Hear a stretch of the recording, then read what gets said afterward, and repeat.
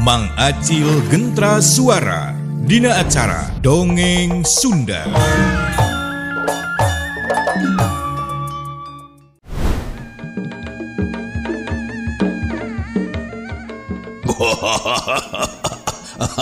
Modar hiji sialah kuai teu sakara-kara deuleu ku sia tah pamajakinan sia. Salah joy pamajikan sia geus ngajoprak baloboran ku getih. Ayeuna tinggal anak sia tah jeung sia nu can modar teh kuai. Kitu ceuk si brewok susumbar ka Demang Ahdi. Ari Demang Ahdi harita teh nyeak beungeutna ceulina asa disebit. Pok Demang Ahdi teh nyarita. Garong edan sia wani cocen kabikang. Ieu aing si Ahdi. Sakilat harita teh tina leungeun Demang Ahdi aya 2 sinar beureum anu ngablesat nimbragkeun awak si brewok jeung Sarkoni. Teu anta parah deui. Si brewok jeung Sarkoni ngagoak bangun ka nyeria. Wah, panas ya. Waduh. Kada. Mana dolongan Kang Japra. Aduh. Kebut. Awak si brewok jeung Sarkoni teh ngagebut ni ban lemah. Geus kitu kaciri tina sela-sela biwirna ngalai getih kentel. Sabot kareret ku Japra. Sarkoni jeung si brewok terus kekerjetan jiga keur sakarat awak. Nempo kayan kitu pok si Japra teh ngagerentes dina hatena. Waduh. Teu nyangka eta mangkluk teh mibanda elmu nu kitu patuh tah. Wah, kaya kieu mah aing kudu bener-bener hati-hati nyang hareupan ieu manusia teh. Nempo Japra ngahulang kitu pok Demang Ahdi teh nyarita ditujukeun ka Japra. Sia garong edan, sok lawan aing. Ulah ngahulang kitu sia. Hutang getih dibayar ku getih. Hutang pati bayar pati jeung aing. Sia bakal modar nyusul ka alam baka sarua jeung balan sia tuh. Kitu cek Demang Ahdi. Dasar Japra garong anu geus pangalaman najan dina hatena boga rasa gimirga jeung gigis. Pok nyarita. Naon sia? Ngomong naon sia? Arek modaran aing nya. Arek nyabut nyawa aing. Teu bisa. Sok disaruakeun jeung anu duaan geuning sia mah. Aing muridna guru ka hiji. Bisi sia hayang nyaho jalma penegel. Aing si Japra. Moal mundur najan kudu tumpur rudas jadi lebu ge. Aing moal eleh. Japra harita teh susumbar. Sabot keur kitu Demang Ahdi teh ngaluarkeun ajianana anu dipimaksud rek maragatkeun nyawa Japra. Setan alas sia. Rasakeun ku sia ieu. Sia bakal modar nyusul balan sia. Hiat. Cek Demang Ahdi bari ngadorongkeun leungeunna ka hareupeun Japra. Nempo kitu awak Japra harita teh ngajurali. Celeng jauh ka luhur. Sababaraha kali jujuralitan nyingkahan serangan Demang Ahdi. Peledug, blesat. Aya nu ngabelesat tina leungeun Demang Ahdi. Dina hiji kasempatan Japra bisa ngasupkeun hiji serangan harita teh ka Demang Ahdi. Anu diala teh dada jeung sirahna Demang Ahdi. Sia jalma leutik. Jalma pendek bae jeung busakal. Rasakeun tenaga aing ieu. Rasakeun ku sia.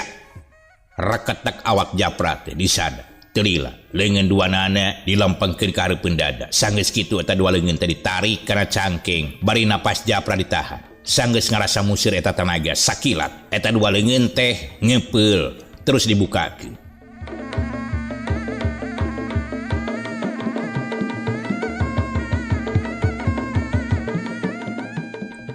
Rasakeun sabalukarna ieu. Hiat. Iuk aya angin anu nebak kana awak Demang Ahdi. Ari Demang Ahdi geus taki-taki ti tadi ken. Terus nahan kana serangan anu nebakan awakna. Dua kekuatan bentrok anu balukarna eta awak Japra jeung awak Demang Ahdi teh pada ngalalap. Ngabelesek kana jero batu cadas anu aya di eta patempatan. Dina waktuna adu kakuatan, kadenge sora anu pating jelegur. Oge ting peledugna aya haseup anu kaluar tina bentrokna dua kekuatan. Sabot keur kitu, ti kajauhan harita teh anu merhatikeun dua lalaki anu keur aya di satengahing perjalanan. Eta dua lalaki teh taya lian Iwal ti Darman jeung Idon. Pok Darman teh nyarita ka Idon. Don, tu tempo tuh aya anu ngadurukan kitu di tengah leuweung teh nya. Pada haseupna manipak peledug kitu tuh. Bari ting borobot. Iga nama keur ngaduruk awi meureuna. Ngadenge Darman nyarita kitu pok idon tengah Jawa. Wah, teu mungkin. Aya jalma anu ngadudukan di tengah-tengah leuweung mah. Bari jeung ieu teh leuweung gerotan atuh. Keke. Buah-buah anu keur ngalabatunya. Eta geuning ting beledug tuh. Tina sora batu cadas sebelah ditu. Moal kitu. Mariem bitu mah. Buah-buah anu keur perangnya Kangnya. Komo arinya nih. Emangna zaman walana aya bedil Mariem sagala.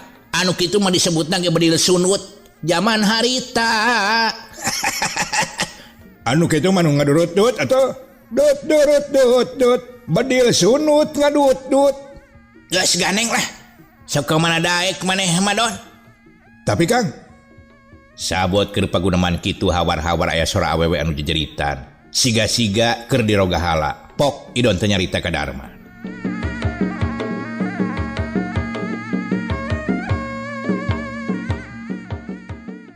Kang, dah. Sora aya nu jejeritan awewe minta tulung. Aduh, paur teh nah jalma apa kuntinya? Cacap nyarita kitu Darman sakilat harita teh. Jujur alitan. Celeng. Ngaluncatan batu jeung kakayon anu aya di dinya. Bari jeung dituturkeun harita teh ku idon satu kangeunana. Barang serog nya be aya hiji awewe anu keur ngagugulung hiji layon anu pinuh ku getih. Mak, abdi sareng saha atuh, Mak? Ieu Mak, tolong, itu bapak kuring tulungan. Barang ngadenge caritaan kitu, Darman ngareret ka belah katuhu. Bre, aya nu keur galungan. Darman bisa maca kana eta kaayaan. Yen awewe anu jejeritan teh korban begal anu keur galungan harita. Terus Darman teh ngadeukeutan ka nu keur tarung. Samemeh ngalakukeun tindakan. Darman ngadedengekeun heula saha-sahana anu keur patelah. Sabab manehanana bisi salah sasaran. Sia moal aya nu nulungan di dieu mah. Ku aing bakal dipodaran dijajabkeun ka akhirat. Ayeuna sia geus teu walakaya. Sia nu ngabalukarkeun si brewok jeung Sarkoni tatuparna tu deureut. Rasakeun ieu manusia. Rasakeun sia. Sakilat si Japra ngaheumbatkeun dua leungeun katuhuna. Nu dipimaksud rek nampiling Demang Ahdi. Tapi edas. Samemeh leungeun Japra kena beungeut Demang Ahdi. Sakilat Darman mapag leungeun Japra ku jurus Puragabaya. Hiuk plak-plak cenggur. Dua kekuatan bentrok anu balukarna leungeun Japra karasa komper jeung leuleus. Aduh. Wah, setan alas. Sia nu ngahalangan ka aing, Kaluar sia. Naon maksudna ngahalang-halang ka aing? Ngadenge Japra nyarita kitu. Gajeleng, Darman teh ngagajeleng. Pok nyarita ka Japra. Dasar manusia iblis ya. Biadab eueuh prikamanusaan. Sia bisa nate rek ngakaya jalma anu geus teu walakaya sia. Yeuh aing lawana. Tong ka jalma anu geus teu walakaya deureut. Wah, kurang ajar sia manusia. Sia geus wani-wani ngabongohan ka aing. Ladenan aing ulah ngabongohan deureut. Cuma pengecut sia. Kitu cenah. Sok sanajan harita leungeun Japra teu bisa walakaya ge bisa keneh hahao. Pok Darman teh nyarita deui ka Japra. Kisila jalma anu teu boga rasaan. Sakitu geus teu walakaya ogenan sia ta leungeun teh. Masih keneh harus ari hohoak namanya. Sok majulah. Moal teu dilawan ku aing. Aing moal rek mundur satu jang beas deuleu. Rek kumaha jeung aing? Sok. Ta aing anu ngaran si Darman ieu. Ngadenge eta jalma teh nyebutkeun ngaran Darman. Japra ngaran ngahulang sakeudeung. Teu dilapok ngagerentes dina hatena. Waduh, Darman teu salah dedengean kitu aing teh. Nah bener ieu teh. Sakumaha caritaan si Biro. Cenah mah elmuna lumayan anu ngaran Darman teh. Tapi aing hayang apal. Sakumaha tah wawasena jeung pangartina eta budak ngora teh. Nah, hakala ngahulang si Garong edan. Sieun ku aing sieun. Tok, geura habekeun eta leungeun anu tadi rek dipake nenggel ka jalma nu teu walakaya teh. Sok kaingkeun ayeuna ye. Cacap nyarita kitu. Japra sakilat ngaheumbatkeun sukuna. Hiuk suumuk. Saking gancangna eta serangan, hampir ti kaciri. Ari Darman geus bisa ngajudi kana naon anu bakal dilakukeun ku lawan. Leplos. Serangan Japra teh ngeplos. Tikina kana sasaran. Serepet gurila. Japra teh mesat kobam. Sakilat diheumbatkeun kana awak Darman. rasakan ku sia ieu seseget gobang aing najan sia ngaku-ngaku ngaran Darman aing moal gigis jeung moal sieun sia hiat jeleng-jeleng jauh awak Japra teh ngajaul maksudna arek ngadek awak Darman arek dipapag di luhur hiuk gobang Japra teh maneh ngahiuk bangbaraan balas ku tarik-tarikna ari Darman teh ieu gigis nempo gobang anu sakitu seukeut sakilat Darman teh ngajuralitkeun awakna plos-plos serangan Japra teh ngeplos jaul awak Japra teh ngajaul di kaluhur sabot keur ngajuralit ka tukang kitu suku Darman ajong suku Japra anu masih keneh keur ngajaul kaluhur hiuk jebron awak Japra ngajaul kaluhur ka bawah ku tajongan Darman bareng keur ngajaul kitu sakilat Darman nuturkeun kaluhur jebron tongong Japra teh ditenggel ku pereup Darman karasana lumayan rongkahna lamun kena ka jalma biasa mah geus kudu perlaya sapada harita bubuhan Japra geus dilatih ti leutik diwarah ti bubudak ku guruna anu ngaran Gaper sakitu makayan Japra kawilang wadal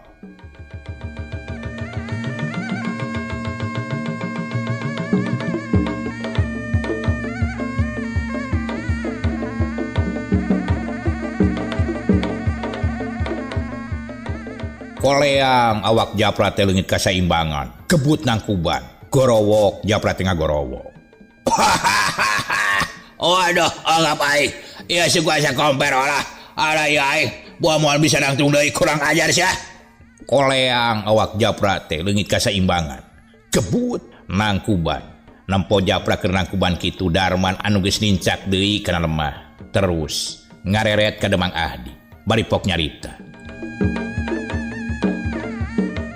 waduh saha deui nu geus jadi korban kabarangasan eta mangkeluk teh karunya teuing itu budak awewe geus pasti sedih jeung nalangsana ditinggalkeun kudu jadi indungna tuh bener-bener si garong gelo teh biadab teh kamalinaan teu boga ras-rasan pisan nempo awak musuhna ngoleang teu anta parah deui suku Darman teh mapag awak Japra sebrut jebrot gedung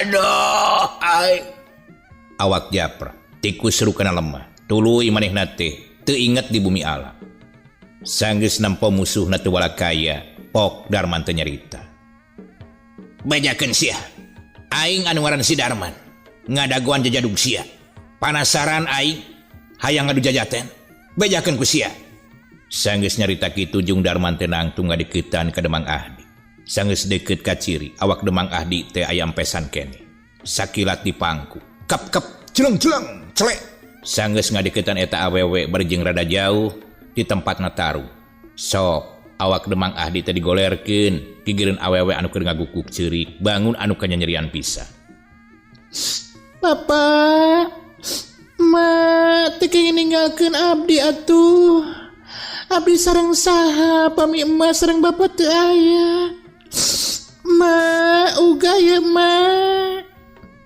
bari teureun-eureun harita teh nyeung cerikan kalayon mah eyet anu geus ngababata kakeunaan kadekan si Breu sajongjongan mah Darman teh ngajajanteng teu lemek teu nyarek komo idon mah ti bareng sarug ogenan teu nyarita nanaon kalah kacicing bae kasima kanu keur ngagugulung layon sanggeus sababaraha menit ti harita pok Darman teh nyarita ditujukeun ka eta awewe anu keur nyeung cerikan hiji layon Nyai punten ieu ya manawi saha anu keur dipayunan ku Nyai teh eta teh emak Nyai atanapi saha ngadenge aya sora di satu kangeunana Oci ngagebeg satengah teu percaya pok ngagerentes dina hatena sora saha eta teh aing asa wawuh nah sora Kang Darman kitu tapi teu mungkin buah-buah aing teh ngimpi atawa nyalinur kitu cegerentes hate Oci nempo eta awewe kalah ngahuleng bari jeung anger nukangan ka Darman pok Darman teh nyarita deui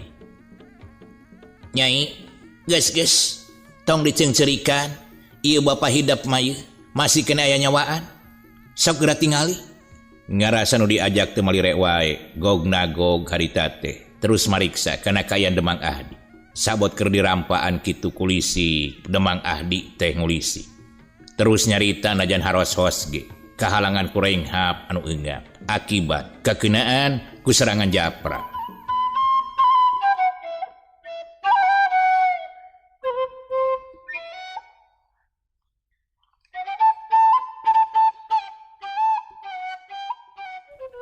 Nyai gelis. Bapa hampura ngan bisa tepikin ka dieu. Sing sabar gelis. Ku Bapa didoakeun mugia hidup sing cadeh kapangi. Naon anu jadi harapan Nyai. Bapa hampura geus teu kuat. Awak Bapak panas. Allahu Akbar. La ilaha illallah Muhammad Rasulullah. Ceklek Demang Ahdi ngalepas kenyawana. Raga paturajeng nyawa maot pingaraneunan. Demang Ahdi mulih ka jati mulang ka asal. Barijeng diceklan ku Darman. Harita awakna leuleuh pada harita. Barang ngadenge bapana nyebut asmana pangeran jeung sahadat. Ocih malikeun awakna. Anu dipimaksud arek ngarangkul bapa kukutna nyaeta Demang Ahdi. Terus ngagabrug barijeng sasamat ka Demang Ahdi. Bapak. Abdi sareng saha Bapak pami Bapak sareng mata ayah. Uga Bapak. Uga. Kitu cenah cek Oci. Bari terus ngagukuk nangkep layon Demang Ahdi. Ari Demang Ahdi geus teu malire ka saha-saha anu aya di hareupeunana. Manehanana geus ngababatang jadi bugang. Nempo hiji wanoja anu keur ngagulang gaper eta layon. Pok Darman teh ngagerentes dina hatena. Ai. Nah, sora adi aing. Tapi da teu mungkin. Kapan Bapa nage Bapa Wikanta tagis perlaya. Terus itu nu digugulung teh. Lain ma Iwin deui. Lain ima lain Oci adi aing. Jigana teh rupana rek mirip we wungkul meureunnan sarima. Kitu cenah cek Darman. Ari Idon teu kuat terus malikeun awakna nonggongan Oci jeung Darman. Sarua Idon oge teu apaleun yen anu keur cerik ngagukuk teh Oci anu salila ieu diteteangan ku Darman jeung kumanehanana.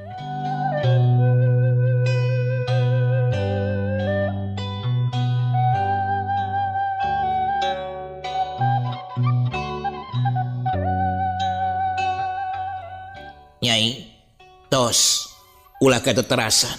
Urang ikhlaskeun ridokeun sakumaha kaayaan anu tumiba dina waktu ieu. Urang payunan ku kasabaran lan katawakalan. Mudah-mudahan ieu almarhum sing ditampi iman Islamna sing ditempatkeun di tempat anu mulia munggu Allah Subhanahu wa taala. Dupi Nyai teh ti mana sareng bade ka mana atuh? Dugikeun ka dibegal ku tilu garong. Cobi pasian uninga. Kulisi Ocih teh malikeun awakna. Hayang mastikeun kanu nyarita satu kangen manehanan. Anu pangrasa sorana asa dikeut nong toreng kana ceulina. Darman teu malire kanu keur dilakukeun ku Ocih.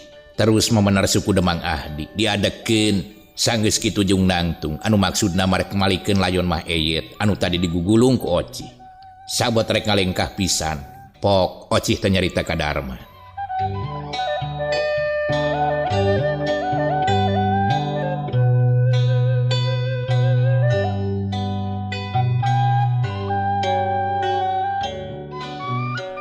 Kang Darman itu cek Oci kebeg Darman teh ngarenjag reuwas. Malah kitu deui Idon teu sirik ngagurubug. Ngadenge eta wanoja ngageroan ka Darman. Darman terus malikeun awakna. Terus melong ka eta wanoja sorot panona netelakeun. Aya tatali batin anu nganteng deukeut pisan. Pok Darman teh nyarita bari jeung gugu. Oci, adi akang? Gabrug. Ocih teh ngagabrug ka Darman. Banget ku rasa bunga bisa tepung jeung anu jadi lanceukna. Kang Darman. Ya Oci Kang. Adi akang. Nuhun akang terus ditepangkeun. Abdi teh kalunta-lunta hoyong penag sareng akang. Ngayuna ditepangkeun sareng akang dina kayaan anu sapertos kieu Kang. Ngadenge Ocih nyarita kitu kasurung ku rasa bunga jeung sedih campur ngajadi hiji. Pok Darman teh nyarita bari ngusapan Buk Oci. Gelis Nyai adi akang. Bener ieu teh Oci adi akang. Anu salila ieu ku akang teh diteteangan. Gusti Nu Maha Suci. Alhamdulillahirabbil alamin. Bagja pisan tina kamulyaan Gusti Nu Maha Suci. Anu parantos ngalungsurkeun hiji rahmat. Wirehna abdi parantos ditepangkeun sareng pun adi. Kang, dupi Ma Iwin ka mana Kang? Kumaha ayeuna kaayaan mah? Sehat atau pintu Kang? Sabot Oci nyarita kitu Darman teh nyengkatkeun Oci. Bari Pok nyarita. Kek Nyai. Akang mah jadi bingung iteh. Nyai teh nanyakeun Ma Iwin. Ari ieu anu digugulung sakitu sedihna teh. Nah saha ieu teh Nyai? Carita nama panjang Kang. Ayeuna mah urang urus layon bapa jeung mah heula. Anu tos nulungan oge ngurus abdi dugikeun kadanget ayeuna. Kitu cenah cek Oci. Ari Idon sabot Oci keur parangku-rangkul jeung lancipna teh. Hati Idon ngagerentes. Syukur gelis bisa papangi deui jeung akang. Kalian salamet. Tapi akang teh jujur Oci. Akang ge ilu sedih. Da akang teh manusia atuh. Anu boga hate jeung perasaan. Manya Oci cerik akang teh milu sedih. Yakin akang ilu sedih. Daek sumpah nage. Tanyakeun ka tukang dongeng bisi akang teh ilu sedih. Sedih pisan Oci. Tapi di sisi eta akang teh boga rasa bunga. Bisa patepung labung jeung pupujaning ati. Tetela geuning anjeun teh geulis keneh. Ya akang bagiakeun Oci. Anu mika cinta salawasna akang teh. Kitu cenah cek Idon harita teh. Bari awakna macan Wadi Malik yang hareupan ka Oci jeung ka Darman. Teu dilapok Darman teh nyarita ka Idon. Don. Nah atuh nu kangen bae. Ieu Oci ieu adi akang anu salila ieu diteangan. Geuningan ditakdirkeun ku Gusti bisa patepung di dieu. Sok ka dieu ulah ngajauhan wae ieu si Nyai. Sanggeus nyarita kitu Idon teh malikeun awakna jeung nangtung terus ngadeukeutan ka Oci. Bari dina hati Idon teh boga rasa hariwang sok sieun Oci teh teu bisa narima kana kaayaan Idon. Song ngasongkeun leungeunna ngajak sasalama. Nyai gelis damang akang teh bingah itu ningali Nyai kaayaan salamet oge sehat. Kang Idon, abdi mah sehat Kang. Alhamdulillah. Kumaha ari Kang Idon sehat? Ngadenge pananya Oci kitu Idon teh kebat nyaritana kabul kapotong ku Darman. Pok nyarita. Geus Don. Ulah wa kaloba carita ayeuna mah urang urus heula ilayon. Saha namina teh Nyai? Cek Darman harita teh malika Oci. Ieu pun bapa anu parantos ngekut abdi. Namina teh Demang Ahdi. Dupi ieu bojona namina teh Ma Eyet. Oh, mohon atuh. Don, urang kurebkeun di dieu wae najan kayan walurat. Nya nu penting mah urang teh niat. Urang kurebkeun wae sabisa-bisa karena pardu kipayah. Kitu cenah cek Darman. Nya sanggeus kitu mah Idon jeung Darman teh ngarieun logak. Sok sanajan ngagunakeun alat saaya-aya. Make bedog jeung ngaladahan kai anu sakirana bisa ngabantu keringin logak.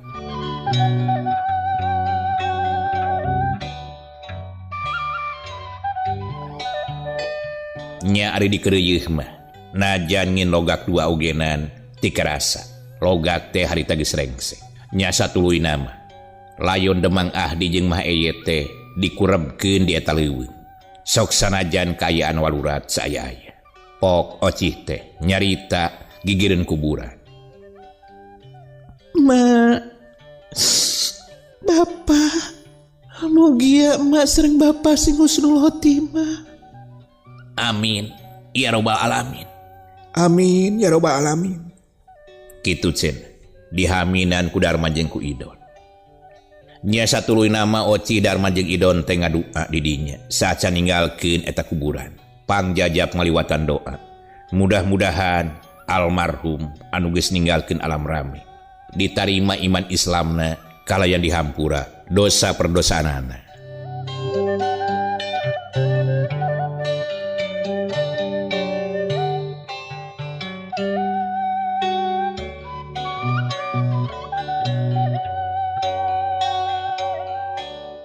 Ari wanci harita teh beuki berang wae sasatuan di leuweung beuki rea hawar-hawar kadengi anjing babau monyet pating guntayang manuk tikukur jeung titiran patembalan cangkulileung jeung cengeh garmilu ear nambah-nambah ramena di eta leuweung sabot Oci jeung Darman keur nyang hareupan dua kuburan di lebak Japra anu kakara sadar tina kapaehanana sok sanajan karasana awak asa pasiksa kulisik jeung nangtung sanggeus ngarasa eueuh anu merhatikeun curek lah celeng plepat les teu malire deui kana layon babaturanana nyaeta Sarkoni jeung si Brewo sakilat Japra teh geus eueuh ti eta patempatan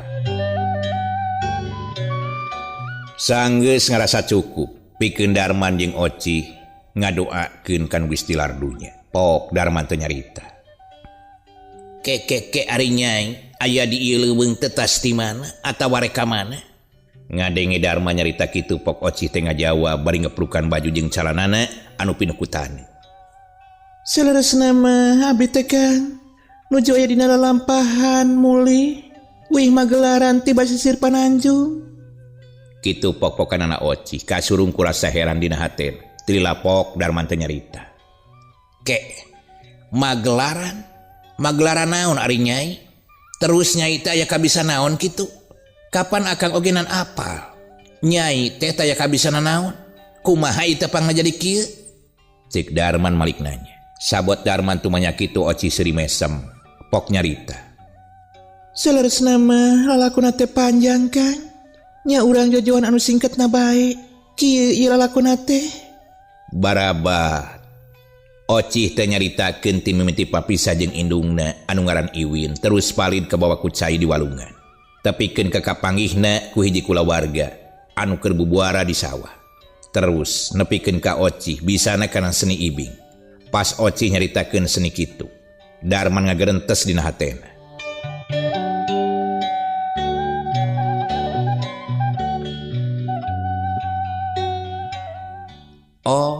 boa-boa anu ku aing di lalajuanan basa seni ibing magelaran di lemur Jajawai teh nya bener-bener eta teh adi aing cik rek ditanyakeun ku aing mah tak kitu Kang carita nama cik Oci harita teh sanggeus Oci mungkas caritana pok Darman teh tumanya ka Oci lain nyai akang teh jadi penasaran ieu arek tumanya ka nyai nah nyai pernah magelaran di hiji lemur tah anu ngaran lemurna teh mun teu salah mah Jajawai cik Darman harita teh bari melong ka Oci kapan eta pisan Kang lemur bapak sareng emak teh terus kumaha kitu Kang cik Oci banget ku penasaran ngadenge caritaan Darman saperti kitu teu dilapok Darman teh nyarita nyai akang jeung idon teh harita kosi ka lemur Jajawai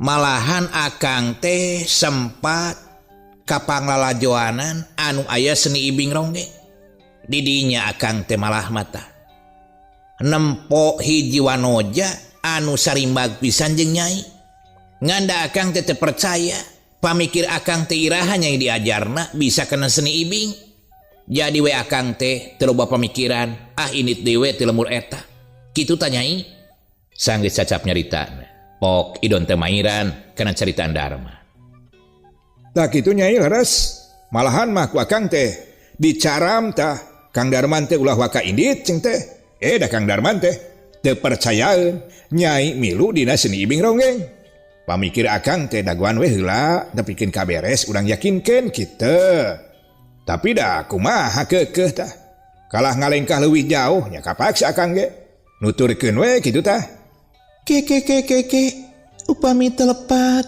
pasti benernya kek kumaha ari nyai geuning nyarita kitu nya tuh lamun bener mah pasti telepat adah teuing sok nyarita kumaha tah ngadenge Oci nyarita kitu Darman jeung Idon mesem. Pok Idon teh nyarita bari jeung seuri heula.